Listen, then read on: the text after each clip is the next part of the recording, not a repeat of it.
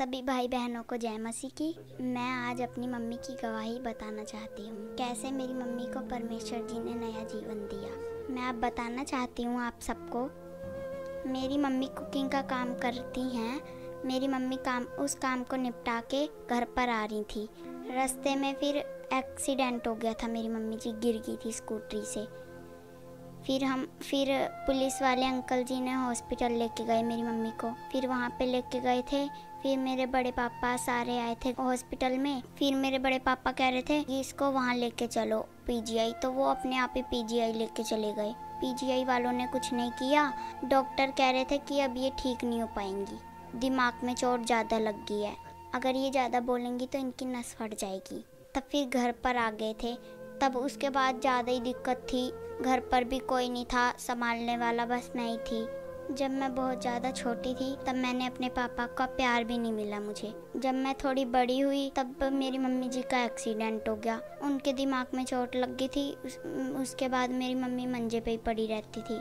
फिर मेरी मम्मी उठ भी नहीं पाती थी, फिर उठाती थी मैं। घर पर कोई नहीं था, सिर्फ मैं थी और खाना भी नहीं बन पाता था मुझसे। मेरी मम्मी जी भी नहीं खा पाती थी और मेरी बुआ के घर से खाना आता था। उन्होंने भी बाद में मना कर दिया था खाने को कि हमारे पास खाना अब ज़्यादा नहीं है, हमारे पास खुद नहीं है, हम काम पे नहीं जाते। उसके बाद हम किसी न किसी से खाना मांग के लेके आते थे। कई बार हम भूखे ही सोए।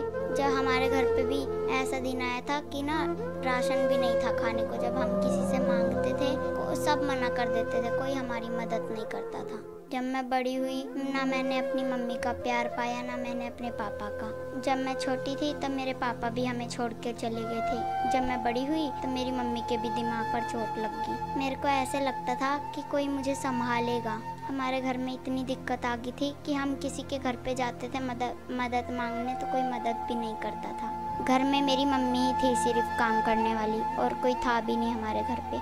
मेरे घर का गुजारा मम्मी के काम करने से ही चलता था, वो भी बेड पे पड़ गए। हमारे घर पर पैसे नहीं रहते थे, हम किसी से पैसे लेकर भी इलाज करवाते थे, फिर भी उनको कोई फ़र्क भी नहीं पड़ता था। मैं ज़्यादा घबरा गई थी, पापा भी छोड़कर चले गए थे और मम्मी के भी दिमाग में चोट लग गई थी। मैं घर पर इतना रोती थी कि कोई आके मुझे सहारा दे, मुझे संभाले। कई बारी मेरी मम्मी बेड पर पड़ी रहती थी, मैं भी अपनी मम्मी के साथ बैठी रहती थी, सोचती रहती थी कोई हमें संभाले। उसी बीच में मेरी मम्मी के दौरे भी पड़ने लग गए थे। कई बारी मेरी मम्मी तो बेड पर से गिर भी जाती थी। मैं इतनी छोटी थी कि अपनी मम्मी को उठा भी नहीं पाती थी। मैं अपनी मम्मी को देखकर रोती थी कि कोई मेरे साथ खड़ा होने वाला नहीं है। मैं बहुत टूट चुकी थी, ऐसे लगता था कि मेरी मम्मी अब कभी ठीक नहीं हो पाएंगी। कोई भी रास्ता नहीं दिख रहा था कि हम क्या करें। हमारे जीवन में कोई भी उम्मीद नहीं थी कि हम कैसे आगे बढ़ेंगे।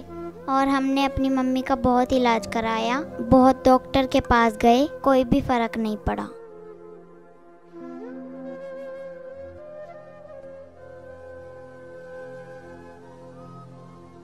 उसके बाद जब हमें यीशु मसीह जी के बारे में पता लगा, पास्टर मम्मा जी के चर्च के बारे में पता लगा, और जब हम अपनी मम्मी को ऑटो पे बिठा के व्हील चेयर पर लेके गए हैं अपनी मम्मी को, तो फिर देखा तो बहुत सारी गवाहियाँ चल रही थी वहाँ पे लोग गवाही दे रहे थे। तब लोग कह रहे थे कि ना मैं चलने लग गया। अब साल पहले पासरीन का एक्सीडेंट हुआ था जिसके कारण रीढ़ की हड्डी में गैप आ चुका था। हाँ। और बहुत सीवियर पेन रहता था, कोई काम नहीं होता था पासरी, और ये ज्यादा देर खड़े नहीं रह पाते थे।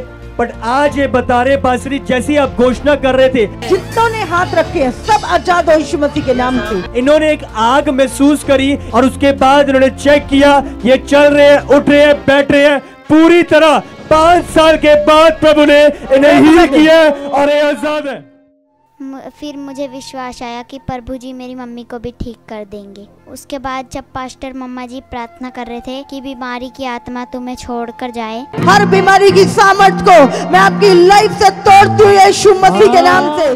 तब मैं अपनी मम्मी जी के पास बैठकर अपनी मम्मी जी के लिए रिसीव करती थी कि मेरी मम्मी जी भी जल्दी से ठीक हो जाए। उसके बाद हम लगातार चर्च में जाते रहे जब मेरी मम्मी पहली बार व्हील चेयर पे गई तब मेरी मम्मी के लिए प्रार्थना करी मम्मा जी ने, तो मेरी मम्मी अचानक से ही चलने लगी। मैं एकदम से हैरान हो गई कि कैसे मेरी मम्मी चलने लगी, जो मैंने पहले कभी नहीं देखा था। उसके बाद मेरी मम्मी की प्रार्थना हुई तो मेरी मम्मी चलने लगी थी। जो डॉक्टर कुछ नहीं कर पाए, जो दवाइयाँ कुछ नहीं कर पाई, जो रिपोर्टें कुछ नहीं कर पाई, जब मेरी मम्मी को पहली बार चर्च में प्रार्थना हुआ तो मेरी मम्मी भागने दौड़ने लगी।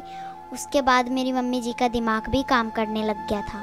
फिर मेरी मम्मी ने मेरे को पहचाना, मेरी गुड़िया ये है। उसके बाद जब मैंने अपनी मम्मी को चेक किया कि मेरी मम्मी मेरे से बहुत अच्छे से बात कर रही थी, कोई भी दिक्कत नहीं है। अब जितने भी भाई बहन मेरी गवाही को देख रहे हैं, मैं उन सबको बताना चाहती हूँ, जो दवाइयाँ कुछ नहीं कर पाई, जो डॉक्टर कुछ नहीं कर पाए, जैसे मैंने यीशु मसीह पे विश्वास किया वैसे ही आप सब भी विश्वास करो। आप कोई भी दिक्कत प्रॉब्लम में हो, आप चर्च में आओ, आपके लिए प्रार्थना होएगी, आप ठीक हो जाओगे।